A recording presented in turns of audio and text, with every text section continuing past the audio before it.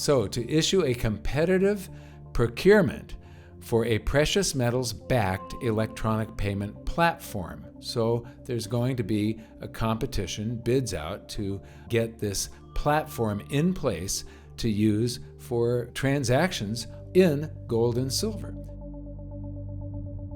Utah, first in the nation. Utah legislature passes, past tense, a bill paving the way for state vendors to be paid in gold and silver. This is huge. Everybody needs to pay attention to this in the gold space, and it's also huge in the crypto space, which I'll show you later. House Bill 306 authorizing state treasurer to issue a competitive procurement for a precious metals-backed electronic payment platform now awaits Governor Spencer Cox's signature. Salt Lake City legislature passes the bill authorizing the state treasurer to issue this is important for a few people I know. Lehman Baird, Mance Harmon, pay attention. Your distributed ledger is the best platform to build this system on. So to issue a competitive procurement for a precious metals-backed electronic payment platform. So there's going to be a competition, bids out to get this platform in place to use for transactions all over the state of Utah in gold and silver, allowing the state vendors to opt for payment in physical gold and silver. Sponsored by Republican Ken Ivory and carried in the Senate by Senator Keith Grover, the bill passed with strong bipartisan support, so they really want this in both the House and Senate, and now awaits the governor's signature. Utah will become the first state in the nation to pass a transactional gold bill. They passed a bill back in 2011 recognizing gold and silver as legal tender, which just reinforces the U.S. Constitution, basically. In uncertain times, Utah is providing vendors with a service providers with the option to receive payment in gold and silver, Representative Ivory said. This law gives Utahns an alternative to choose how they preserve the purchasing power of their earnings and savings. Legislation is the outcome of the Precious Metals Study Working Group with Representative Ivory, also State Senator Treasurer Marlo Oaks, to invest a portion of Utah's rainy day funds in gold and silver and review how precious metals can enhance Utah's economic security and prosperity. Treasurer Oaks said, a key takeaway from the working group is citizens should have a choice of how they conduct financial transactions. 306 gives state vendors the option to be paid in precious metals while ensuring the physical assets backing the system are stored in Utah and subject to regular audits. Okay, stored in Utah.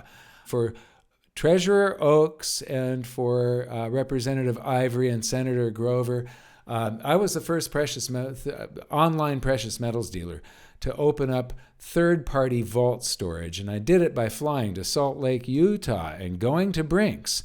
And we started a system where Brinks does the storage for us. And at first, it was just a little corner of their facility that sorts all of the, it is just delivering Federal Reserve notes and to the banks and picking them up and putting them on airplanes and sorting coins and stuff like that. So precious metals was just in a tiny little room in little cages.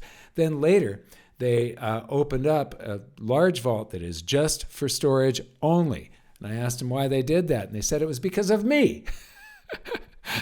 We had grown to the size where they just could not accommodate us anymore. And so they do have a high security vault just waiting for you. And, very, very convenient. Technological advancements now enable fractional gold transactions. A precious metals-backed electronic payment platform could facilitate real-time transactions, seamless dollar-to-gold conversions, and secure storage in Utah under strict safety standards. Former Federal Reserve Vice Chair Randall Quarles and former CFO and former CFO of both Citigroup and American Express. So the chief financial officer of Citigroup and American Express, Gary Crittenden, are among the working group's members who expressed support for the legislation. Crittenden said that the bill facilitates the use of evolving options that are now available in the payment ecosystem. So again, Mance, Harmon, and Lehman Baird, get on this right away. They need a proposal.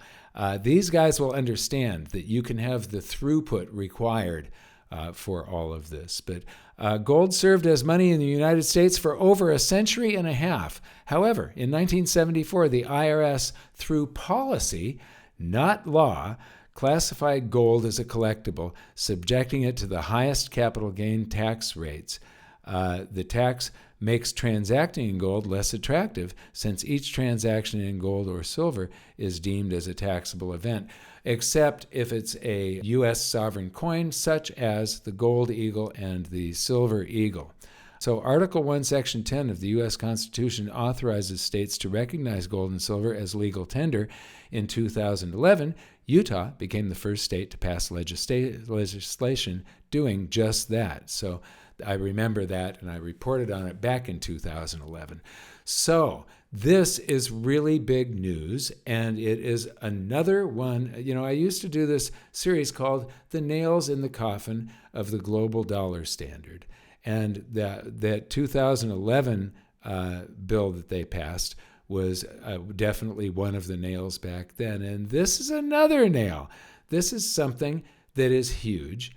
It gives honest money a chance to displace dishonest fiat currency. I want to thank you for watching. We'll see you next time.